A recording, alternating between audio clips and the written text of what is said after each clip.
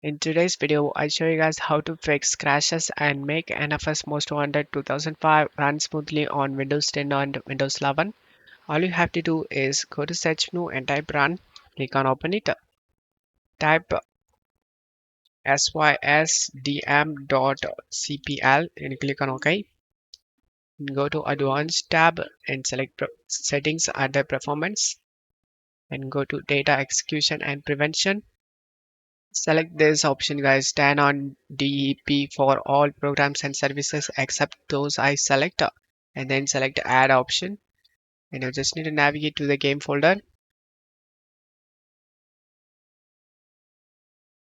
Program files x86 EA games NFS Most Wanted and scroll down and select the speed.exe and select open.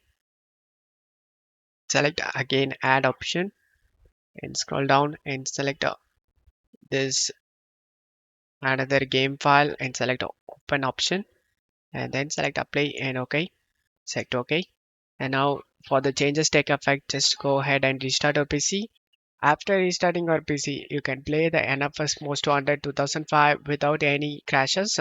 I hope this video helped you guys. If the video helped you, don't forget to leave a like and subscribe. Thank you.